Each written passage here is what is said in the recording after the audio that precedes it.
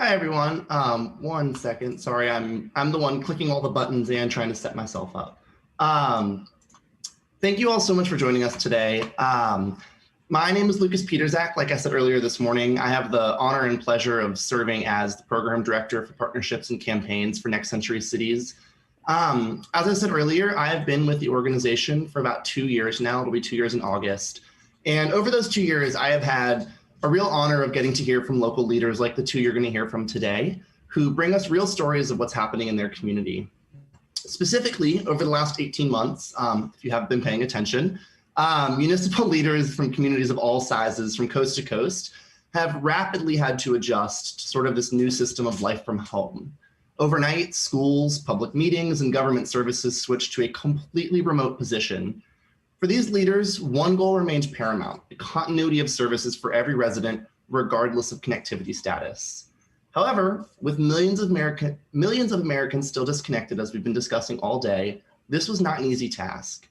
The two leaders joining us today serve as the chief executives of their communities and have faced this challenge head on. Luckily, we are seeing a transition back to open for the vast majority of the country, but even as Americans are vaccinated against COVID-19 and as life returns to normal, their work will continue. The digital divide existed long before COVID-19, and we know that sadly it will persist for many more years to come. Today, we'll spend some time discussing how the lessons learned from the pandemic must inform our work going forward. We have seen an unprecedented amount of attention on broadband and connectivity during the last year, and we cannot let that passion and momentum vanish.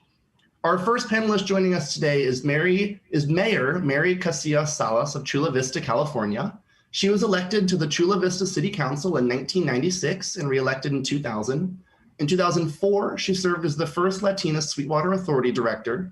In 2006, she was elected to the California State Assembly and served in that body until 2010. She returned to the City Council in 2012, and in 2014, she made history as the first elected Latina mayor in the county of San Diego. She has also led a 2-cent sales tax measure, Measure P, in 2016, that rebuilt aging infrastructure, and Measure A in 2018 that allowed her government to hire more police and fire personnel. Our second panelist is Gary Larrowe. He's the county administrator of Boutetort County, Virginia, and I hope I pronounced that correctly. I practiced, Gary, and I'm a Virginian, so I'm a little disappointed if I got it wrong. Boutetort. Boutetort? Boutetort. Boutetort. Boutetort. I will get it by the end of the panel, I promise. Larrowe has been the county administrator for 5 years, where his work with the community partners revitalized economic opportunities. During the COVID-19 pandemic, his leadership enabled broadband partnerships, and the county was able to leverage CARES Act funding and state support for further deployment for furtherance to reach their goal of 100% countywide connectivity. He also previously worked for Carroll County, where he served as county administrator since 2005. Thank you so much both for joining us today during this important conversation. I want to start the conversation with first getting to learn a little bit more about your communities. We obviously have 220 members across the country, and each one is very special and unique. So Mayor Salas, if you would like to start us, and then Administrator Larrowe, you can follow her. Sure. Well, I'm always proud to talk about the city of Chula Vista since I was born here many, many years ago, and my grandparents actually moved to Chula Vista in 1919 from Mexico. And so I've really watched this community grow and expand. When I was born here, we had a population of about 15,000, and now we're nearing nearly 300,000 people in residence. And a lot of that growth occurred during the 25 years that I've been involved with the city. It's a very diverse population. We are over 50% Latino. That wasn't always a fact, but the demographic change within our community. Now we're a majority Latino community, but we're so diverse. We have a great Filipino population, as well as some African American. So, and just a mixture of all kinds of cultures here in our beautiful city. We're 7 miles north of the Tijuana border, and so that presents a lot of challenges, but it also presents a lot of opportunity for a cross-border economy.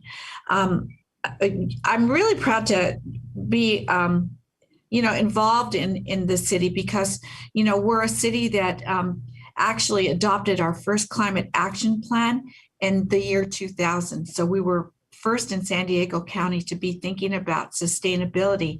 And that's how we built out our neighborhoods. It's a new city, it's an old city. And so the old city, the west of the 805, presented challenges relative to infrastructure. The newer cities, we were really great in installing fiber optics and having greenfield development that we could plan for a modern city. So those are the challenges that we have. It's a tale of two cities.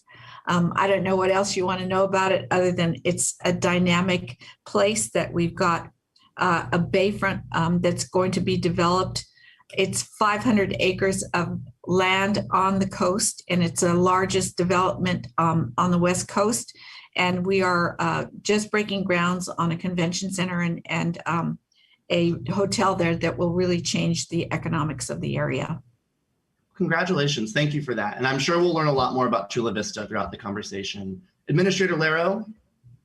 Lukas, it's a pleasure to be here with you, and always with an elected official. I want to give credence to you, Mayor, and thank you very much for your being involved. And also, I've been to your area, and it's absolutely beautiful. So thank you for all your leadership there. One of the things, Lukas, just as a thoughts also, was that it's Boutetort County, Virginia, and it's Gary Larrowe.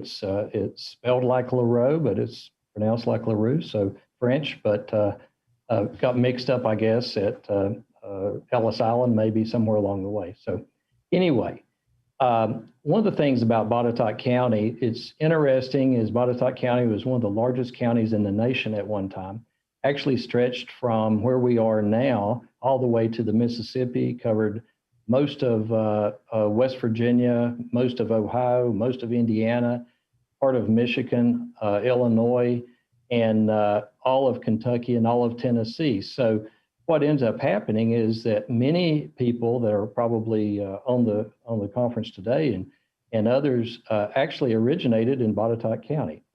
We're celebrating our 250th anniversary. Last year it was supposed to be in 2020, so it's 251 years old.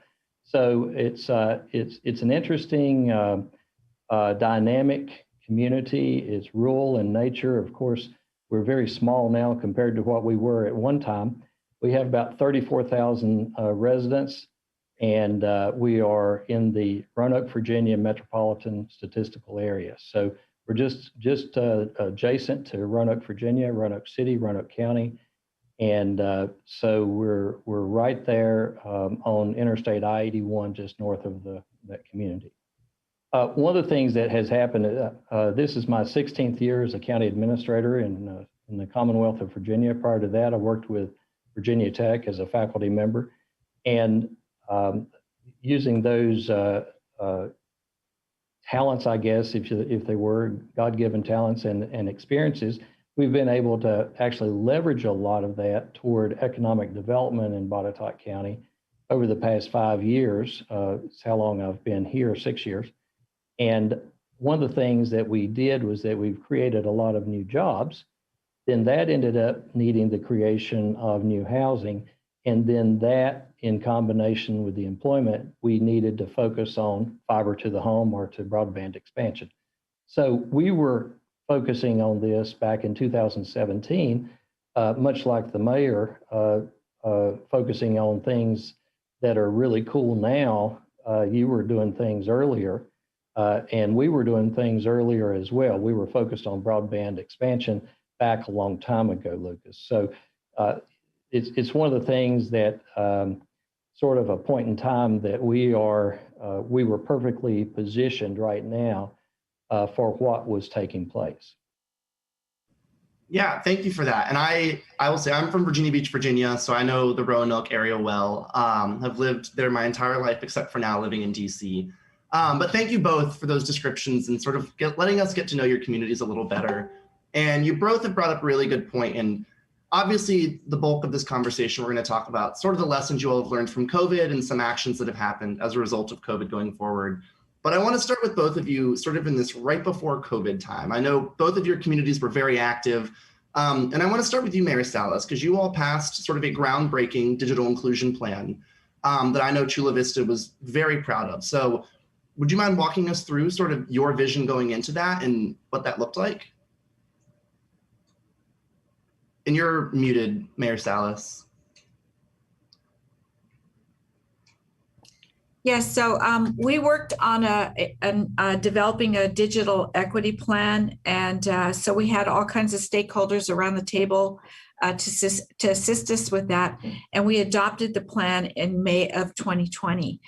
So the timing was right, and it was our commitment to not only build out a collaboration between our stakeholders locally here, but regionally, because we've all got to be interconnected. And so we understood that, in order to make sure that we implement and construct the best broadband system ever, that you have to have a plan for it going forward. And so we wanted to make sure that each and every one of our residents would have equal access to the very best and the very fastest service that they could have. And so we were so lucky to be thinking about that just before the pandemic struck, because, when it struck, we understood, the value of that connection to our community. And having done the research on where our challenges were and our opportunities were, we knew where we had to direct our efforts with more intention than in other places, right? And so we knew that there were certain areas within our city that had very poor internet connection. We knew that there were a lot of families that economically they couldn't afford access to the internet. So we worked really, really hard closely with the elementary and the high school district to identify those families that really needed those connections in order to be able to be successful in school, to even get that knowledge that they needed. And so the city used our own resources to purchase over 2,000 Wi-Fi hotspots. And then we turned over those hotspots to the school district in order for them to disperse to the very neediest of their families in order to get them going. The switch from having in-person meetings, not only of the city council, but of our 22 boards and commissions that are very important to the city, that are advisory boards to us. And not only that, help us with, developing civic engagement and developing future leaders for the city of Chula Vista. Those commissions went dark for the longest time because we were figuring out, how does the city council conduct its business virtually and getting connected? And we really had a lot of challenges with that, as we all know, moving to the Zoom and to the Teams and all of that, is that we had a lot of occasions of dropping off, right? Of poor connections where, suddenly you're voting on something and the screen goes blank. And so we met those challenges and we figured out a way for public participation remotely through e-comments and all of that. But we learned so many lessons through that. And we learned that, the services that we had to offer to our community after libraries and parks closed, and how much need that there was in our community, that we deployed our staff in very innovative ways to provide those services to our community. And so the up part of it, the positive part of that closure was that people became more aware of the importance of their local government in providing a quality of life to them.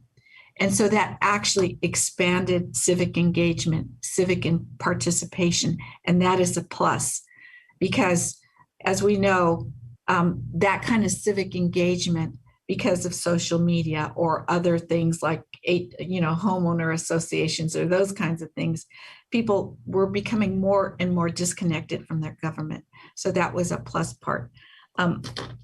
I don't know if that answered your question. I'm kind of like all over the board. So if I got off track and there's something more specific that you want to know, please let me know. No, that was fantastic. Thank you. And I'm excited to talk even more about some of the switches and programs that both of you oversaw, especially in those March, April, May months when I think a lot of us didn't really know what was going on. But Administrator Larrowe, I'm curious, I know that your county had invested close to $1 million through partnership with the Virginia Telecommunications Initiative and a few other programs prior to COVID. What was that work looking like leading up to March of 2020? So, Lucas, it was a blessing for us to have been marching toward this broadband expansion well before we had to. Of course, on March the 16th, the world went crazy. That was the day that we shut our offices down and ended up sending folks home. And so we were working virtually in a lot of that. And then, of course, we had modifications along the way. However, prior to that, we had invested money with the VATI program, which is the Virginia program for throughout the state through the governor's initiatives for broadband expansion. And so we were one of the recipients of that. And so it happened to be that we were able to finish up a project that we were working on with a electric cooperative that serves part of our community. And that project ended up propelling us into the future because we were actually able to finish that one up. That would ended up bringing on 671 homes in an area that is the most challenged part of our community because of the topography and also the distance between homes. So that was fiber to the home of 671 plus about 50 businesses in that area. And that was just absolutely amazing. That was the Craig Boutetort Electric Co-op, and they just did an amazing job of getting that project up and going. So that ended up helping a tremendous amount. At the same time, we ended up helping with some CARES funding that came in. The chairman of the Board of Supervisors happens to be the chair of the Broadband Commission, and his passion, if he is two or more people are gathered together, they're speaking about broadband expansion in Boutetort County. So that's his passion. And Dr. Scott Horn, he ended up pushing us and telling us that we were going to end up spending a tremendous amount of the CARES funding associated with broadband. It happened to be that on March the 16th also, whenever we sent folks home, I was quoted as saying is that if there is anything good that comes out of the COVID, and we didn't know how bad it was going to end up being, but if there was anything good that came out of that, it was going to be the attention placed on broadband expansion. And so we were ahead of the game a little bit, even though in the middle of a sinking ship, as you might think of, is that we were still thinking positively about broadband expansion. So we did end up spending quite a bit of that money. We ended up having about $6.4 million that came into the county, and we spent about $3 million of that on broadband expansion. So about 50% of the effort was going in that direction. So we built out, in one project, we built out 11 miles of backbone fiber that is turned over to our Roanoke Valley Broadband Authority for them to actually contract out the last mile providers. So that ended up taking place. We ended up building out fiber to two locations for,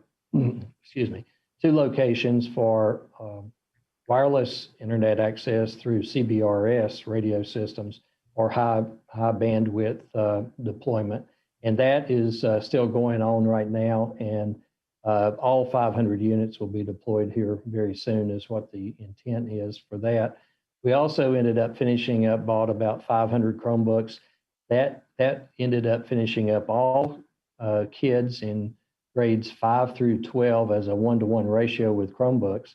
That created more of a demand for broadband, of course, but it was something that needed to happen to be able to utilize the systems that we were putting in. So then later on, we ended up working with one of the local providers who pushed out more ACAM build out. So they added in about 450 fiber to the home connections in our community. And then we had some it was called Fast Start money from the governor's office, that if you had projects that could be funded, he would end up funding those. And so we leveraged that again and ended up with about $1.4 million for broadband expansion. So we built out another 8 miles or so of fiber for a interconnect. And then that also picked up several people along the way. And that was a very expensive build because we had to go underground the whole way, and to try to get contractors in during a COVID time, trying to get materials in during supply chain issues. It was almost an impossible feat, but we were able to get it done. That provided a redundant circuit for the VATI program, so it leveraged that against itself. And then we ended up building out about 8 miles of other fiber as a backbone that will eventually, right now, matter of fact, it's in the engineering phase right now, to build out to another 600 homes that we could end up having there. So all of that was taking place. And at the same time, we had another electric cooperative on the northern end of the county that was working with Dominion Energy and about the potential of building out 350 homes with fiber to the home. And that project is moving ahead now. We also applied for a second VATI during that same time period. That was the state funding. And we ended up getting that award. So on July 1, just the other day, that project has started. That's going to build out another 548 homes, fiber to the home. So we're getting closer and closer every day toward universal service.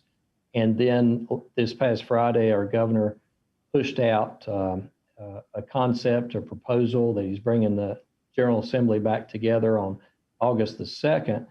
His proposal is to spend $700 million of federal ARPA money toward broadband expansion. So we are in a flux of energy right now of actually being able to move forward with developing that program and getting universal service across the county with fiber to the home is what we're really pushing for. Awesome. Thank you for sharing that. I find it interesting. Both of you brought up a point that, Josh brought up in the last session, and something that we talk a lot about at Next Century Cities, and it's how important these partnerships are internally to your government and with sort of community stakeholders. And I know it's something that when we look back before COVID-19, a lot of these conversations may have been strictly housed in a broadband department or in an IT department or somewhere very niche with people who did it every day. And I'm curious, starting with you, Administrator Larrowe, and then also you, Mayor Salas, you both touched on it, but how integral have those partnerships outside of the broadband office or the IT office become, whether it's been with the school board, like you both mentioned, or sort of other community partners you've engaged? I know we have members who a lot of times will ask, where do I start? Who do I talk to? How do I make this a whole of government approach as opposed to one or two people at a meeting? How important is that? And sort of how were you able to accomplish that during COVID? That was, you've got to have the partnerships. I mean, there's just no way around it. And also you can't just come in and just create the partnership and then just leave, of course, your long-term partners. So we had already been a member of the Roanoke Valley Broadband Authority prior to this, so we utilized their assets. And as far as a broadband department, we do not have one. You're looking at the broadband department as far as that goes. So this was Gary, if this doesn't get done, then Gary, you're the reason it didn't get done because I'm the one who's doing it. So that was sort of the situation. So county administrator is directing this personally because you've got to look at who has interest, who has some history with this kind of work and things of that sort. So anyway, we pushed forward directly out of my office, and working directly with the superintendent of schools. That was an easy call because the county funds the schools at $56 million. And so I call up the superintendent and I say, hey, can we do this? And of course he says, yeah, let's do this because it's a wonderful connection because what we were doing was spending CARES funding for the school system, which he said was rare to have actually had that kind of cooperation. But what I was doing was, yes, we were helping the kids, but we were also helping the community by building the need for the broadband system. And so it was hand in glove kind of operation. Same thing with the private providers and the cooperatives. Now what we're doing is negotiating between the cooperatives and the private providers so that universal service can be achieved by open access networks. So the private providers will be running across, potentially, this is what we're trying to get done, private providers would be running across the cooperative fiber as well as the cooperative fiber running across the private networks for open access. That way they don't have to do the overbuilds and still have the cooperation and the competition of delivering services. So that negotiating power of someone in the middle has really proven to be exceptionally valuable, I guess is might end up saying. And flexibility and creativity and how you act and operate. I think those are the key words of today, to be honest. Mayor Salas, I'm curious what that looked like in Chula Vista. I know you talked about your partnership with the school board, but any tips or thoughts or anything to some of our other members that might be looking for openings to start those partnerships? Yes, for us, it's really critical that not only that you start those conversations, but that you continue them. And so again, we were very, very fortunate that we had started our digital equity plan process a year before, where we drew in a lot of those partners in order to help us identify the needs, the challenges, and the opportunities. And so, we worked with the business community because that was paramount. Because just like individuals, there are businesses that have more opportunity, more resources than others. Our business community is made up of 99% of our businesses. Our businesses 10 employees or less. And so working with the Economic Development Council, the Chamber, working with the school districts, of course, even the water districts, our regional SANDAG, our COG was really, really paramount. And we continue to do that because I think that we're not as far as advanced as in Gary's area. And we understand that, that broadband, if you don't have that, then as far as economic development you're really behind the curve. And so those are critical to us, and they continue to be a very important part of the discussions that are having, and then the actual implementation of the plan. You can't do it on your own. You really need those partnerships to not only help you identify where you need to be, but to make sure that you're operating in the most efficient way possible.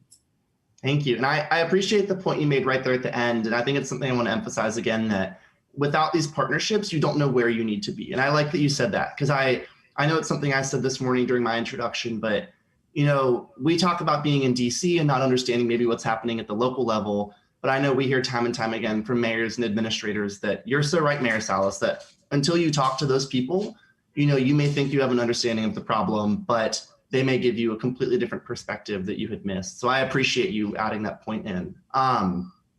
Obviously, the people matter. The people are the most important part, but you both have hit on that a lot of this can't happen without the proper funding. And I know that communities, and sorry, my dog is now up and playing with her toys because she knows that my mic is unmuted. I know that communities were fortunate in sort of in an unexpected way this last year with CARES Act funding and the American Rescue Plan Act funding, and some other opportunities that the FCC and Congress have brought forward. But sort of looking at where we are currently and forward, I think we all have seen how critical this funding has been to your plans. But one thing we think about a lot on the Next Century Cities team is how can we keep these funding streams around permanently? How can we make sure that there's money there for these communities to do what they want? So starting with you, Mayor Salas, I'm curious sort of with your digital equity or your digital inclusion plan that you all passed right before COVID, and sort of the funding you've seen during COVID, what do you hope that looks like going forward? Sort of what are your dreams and aspirations for the funding going forward? Yes, well, certainly that was a major challenge for us, because you can have all the plans that you want, but if you don't have the money to actually get it done, then it's very difficult for that to happen. So we have gotten a great deal of infusion of money for our, through the American Recovery Act, and so we have plans to use that judiciously to help us with the build out of our system. And so, that will be one of the challenges going forward, because it's a finite amount of money. So again, to your point, when you were talking about getting the local perspective, is that I think that Congress opened their eyes to the need for all people to be connected, rural communities as well as urban communities, if you really want a strong and healthy and vibrant and fair economy that lifts all people. And so I'm hoping that wokeness of Congress, realizing that, will really encourage them to look at what our community's doing to make sure that their citizens have the access to something that will strengthen them and in turn strengthen our country and our economy. So it's about using the money wisely, being able to be accountable for the money that you spend, and being able to demonstrate the good that it's done and the benefits that it's brought. And so the job is not complete just because you've got the money and can do it. It's about how do you continue to receive those fundings that you'll need to, build out not only this system, but systems of the future. It's just really critical to a city like Chula Vista that doesn't have a large tax base to utilize our money as best as we can. And what we know is technology makes that happen for you. And one of the great examples of that is that how we utilize technology within our police department, that we are the first police department in the United States to deploy drones as first responders and get that information back to our police officers so that they know what's happening before they arrive on the scene of the call for service, and they're better prepared to handle that situation. And so a lot of your 911 calls may turn out not to be 911 calls and not need a priority, or another one can identify whether or not a person is armed, or those kinds of things, so the proper kind of resources can be deployed. So those systems have helped us improve our response times and provide better services, and that is dependent on all things IT, right? And so I think going forward, all cities will have to work on efficiencies, and that will have to be driven by technology. Absolutely. And Administrator Larrowe, I'm curious if you have any thoughts. Yeah, just very quickly, I'm not sure that, we're getting these one-shot infusions of cash which has turned into the second shot of infusion of cash, which may end up turning into an infrastructure bill that could potentially be a third infusion. We're not really sure what will take place with that. But anyway, I think what it really comes down to is how the locality places emphasis on broadband versus some of the ongoing effects. As an example, with our business community, we ended up having business grants for some of our local businesses. But one of the things that we focused in on was how does that help them past not just for perishable goods that they had to replace, but how did they increase their productivity? How did they add an active website for online ordering for a restaurant? Or how did they end up getting point of sale computers put in? How did they get something done that ended up allowing them to be part of the new economy, if you think? So that was one thing. Another thing a lot of people have not really paid much attention to, I think, is the value of fiber to the home will add 3 to 5% to the value of that home. And so whenever we get fully built out, which will not be too far into the future, is what we're hoping for here, then there would end up being a reoccurring revenue stream if it gets captured in the reassessments of those properties, which it will, because the value of those properties are going up on a regular basis. So then you end up having a reoccurring revenue stream for technology advancements. And one of the things that we would love to see is fixed wireless for fire, EMS.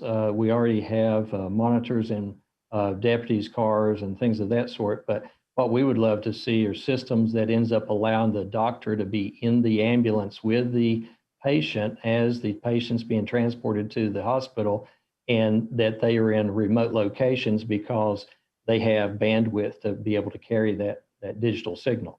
And so that more practical applications could end up taking place. So I feel certain that one way to do that is by the increased assessment value of those homes that are associated.